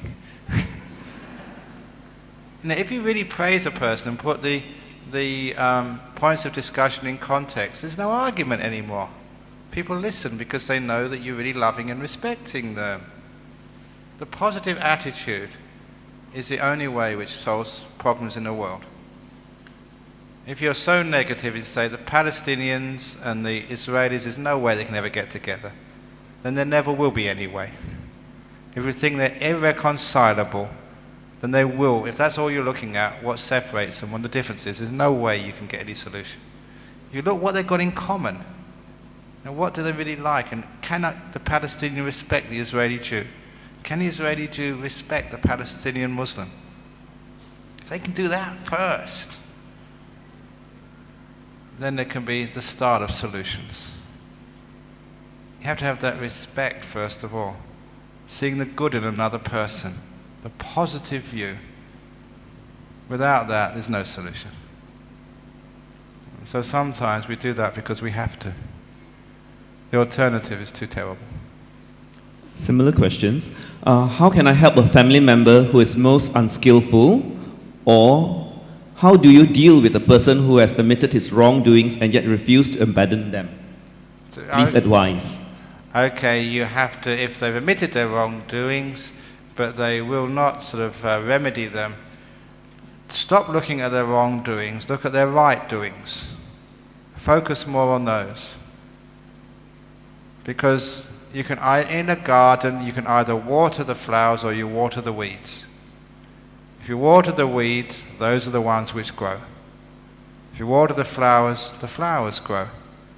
So if you give positive reinforcement to that family member's good qualities, so look, I really appreciate the good stuff you do, whatever it is. That you drove me to the talk this evening. Thank you so much. It's very kind of you to do that. You even sometimes go over the top in your praise. And that person will become encouraged enough they want to do that again. They say, oh, anytime, next time, please let me know. They really want to help you because we all like to be praised, to be loved, to be respected. So your family member, focus on their good qualities. Reinforce those with praise, talking about the good qualities. And you find those good qualities will grow. Eventually the flowers grow so much they choke out the weeds. But if you focus on their faults, keep reminding them of their faults, of the terrible things they've done, they'll keep repeating those bad faults again and again and again. Sometimes you have to focus on the other stuff. And then the bad things disappear. It's a wonderful way of working. I learned this in educational psychology. 2 ways of teaching. One is called positive reinforcement, the other is negative reinforcement. Negative reinforcement means when you make a mistake, you get the cane or you get some punishment. And that's the way I think many of us learned at school. Positive reinforcement, when you make a mistake, forgiven straight away, but you do something good, you do well, you get praise, you get rewards. Every experiment done in psychology has proved again and again and again positive reinforcement works so much better than negative reinforcement. And that's teaching children. If you want to teach your husband positive reinforcement, if he does the right thing, smother him with kisses, hugs, give him the best meal you can possibly make for him. Oh, thank you so much, husband, for coming home on time today. Whatever it is. If you give positive reinforcement, it really works. When I was in the US about 13 months ago, I heard of this man who was making a fortune using positive reinforcement to train people's pets. Because, in New York or in San Fran, if you've got like a cat or a dog in your apartment, you can't allow the cat or the dog to urinate or excrete, on your carpet or on your sort of furniture. So you've got to try and train your pet to do its business outside. And this guy was training pets to do their toilet outside using positive reinforcement. They paid this guy or one of his workers a sum of money. He said, within 3 days, I guarantee your pet will only do his business outside. And how he did that, he would take the pet out and wait. And when the cat or when the dog weed on the tree or pooed in the grass, this man would jump up and down for joy, do cartwheels and sing a happy song. And the little dog would see he'd made this human being really happy, and he'd only do his business outside from that time on. It worked. And the guy was making a fortune. Positive reinforcement even works for animals. It works for kids as well. If your kid does really well at school, just shower him with praise. Not just for one day, day after day after day. If he does well, reinforce it with rewards. You get much further in changing a person's behavior with rewards than you do with punishments. Positive reinforcement, it works. However, I was also told that that company was running into a bit of trouble later on. Because sometimes they'd be at home watching the TV with their dog just sitting quite quietly, maybe on the couch. And sometimes they'd be watching football. And sometimes their team would score a try. They go, "Hey!" You know what the dog would do.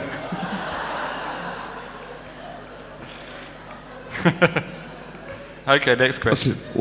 Final question. How are merits transferred or shared with others, either alive or deceased?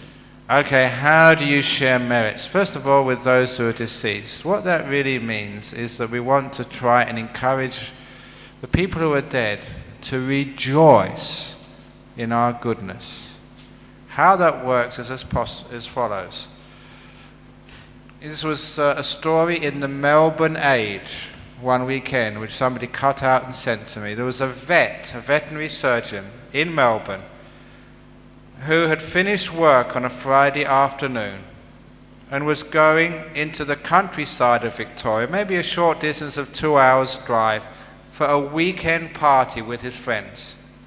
So in the car alone, driving down the motorway, when halfway on the journey he was overcome by such strong emotions, he started crying. He had to pull to the side of the road, and for no apparent reason, he wept for about 15 minutes. He was emotionally overcome. And the strange thing was, he did not know why. Number one, he was a man. Why start crying? But it was so bad, he had to stop driving. And when he pulled himself together and wiped his tears away, he carried on in the journey. When he got to the home of his friend where he'd spend the weekend, there was a message waiting for him. His dog had been run over by a car at precisely the moment he had this strong emotion of grief. His dog was in Melbourne, maybe about 100 kilometers away when this happened. But he felt at that moment something had gone wrong. Maybe you've had those experiences. You may have a son or a daughter, say in London or New York. They have an accident. You know something's wrong, especially if you're the mother or even the father. How does that work? Because that's a relation of yours, a loved one, there is a contact there. And that contact goes across space. You don't need to SMS or email that something's wrong, you know inside. That's a mechanism which is used when we transfer merits to our loved departed ones. When a person has died, that contact is still there. Just by thinking of them that way, focusing on them, you make that connection. Having made that connection, what you do is saying, look, the merits, the goodness, the charity, the kindness, whatever I've done today, I'm doing that in your memory. Because of you. As an expression of my love. Because you know how we express love? We express love by giving things. You know, you get engaged, you give your loved one gifts. On birthdays and Valentine's days, you give gifts to your loved ones. That's how we express our love, by giving. And by doing this charity, you're saying, I still love you, I care for you, and I'm doing this charity for you. May you rejoice in this. And because you are doing something good and thinking of them, just like something wrong happens, you feel bad. You know, if something wrong happens to your loved one in New York, you feel bad now. If something good happens to them, you feel good. If you do something good now, your departed loved ones will feel good. You've transferred the karma. You transferred the merits. Your goodness done here has made them happy in whatever realm they're in. That's how it works. That's the physics of it. But to be able to work, you've really got to think of them, make that connection. They have to really be a loved one or someone you really know very well. If it's a person who's too distant from you, sometimes it doesn't work. Or if it's someone, it may be your father, but he's died 20, 30 years ago, sometimes that's again too distant. It may not work. But if it's someone who's especially recently died, then of course that works. Or even if they're still alive, you've got the connection there, you think of them, and they know you're thinking of them. I've done that experiment many times when I've taught retreats. Usually at the end of the retreat, when people have been meditating for a long time, and they've got pretty powerful minds, I lead them through a metta meditation, loving kindness meditation. At a certain time I say, now, so think of your husband. You know, you may be saying Penang, your husband's in KL. Think of them and spread lots of kindness, goodwill, share the merits with them. And do it as strongly as you can. And then after they finished, I note down the time. That was done at 3:20. When you go home, ask your husband, what were you doing at 3:20 that day? And it's amazing how many people give me phone calls. It worked, it worked. At 3:20, they said, oh, strange you should ask that, I was thinking about you. I was so happy. You do make those connections. You can try it out yourself if you want. A loved one who's maybe in hospital, suffering. Really focus your mind. Share the goodness, the good karma, the merits, loving kindness, whatever. Next time you see them, ask them at that particular time, what were you doing?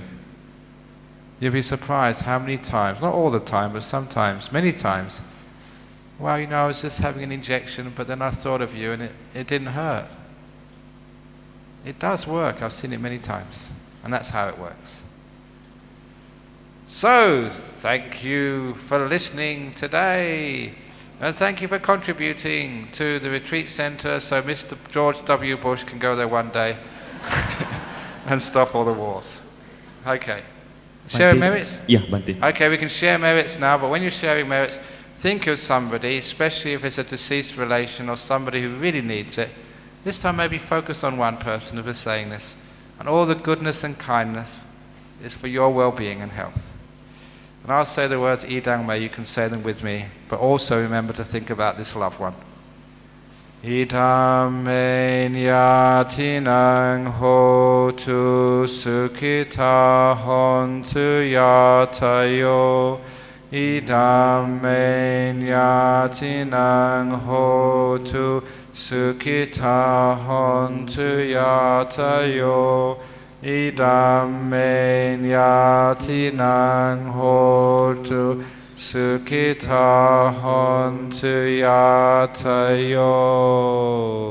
Very good. Sadhu, sadhu, sadhu. Very good. Ladies and gentlemen, we would like to apologize. Due to time constraint, we couldn't take all questions. Sorry.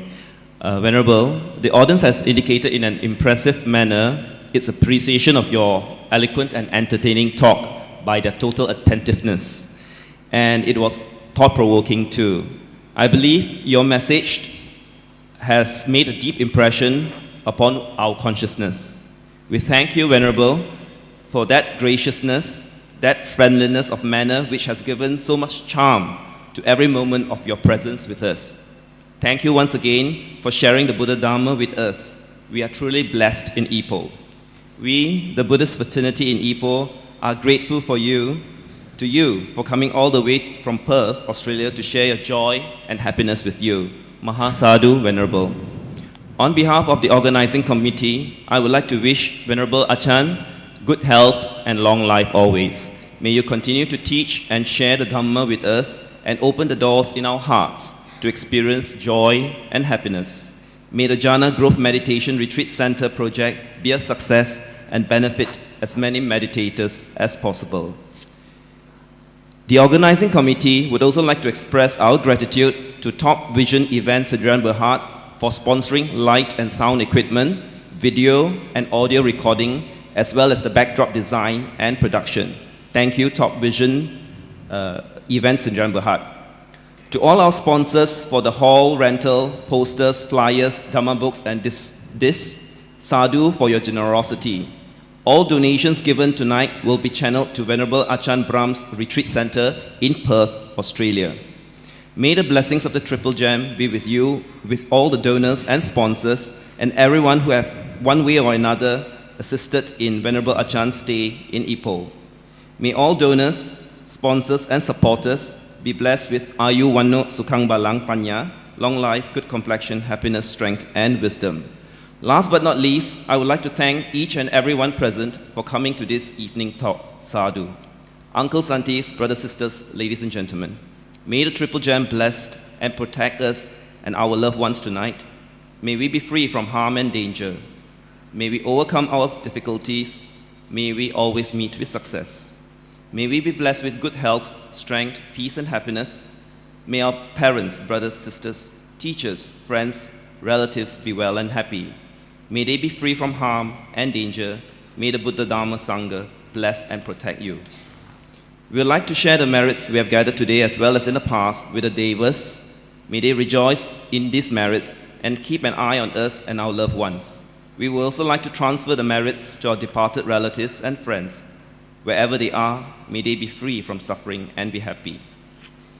Let those who are in misery be free from misery. Let those who are in fear, agony, and insecure be free from fear, agony, and insecurity. Let those who are in sorrow be free from sorrow. Let all living beings be free from misery, fear, and sorrow. Good night. Good night. Good night.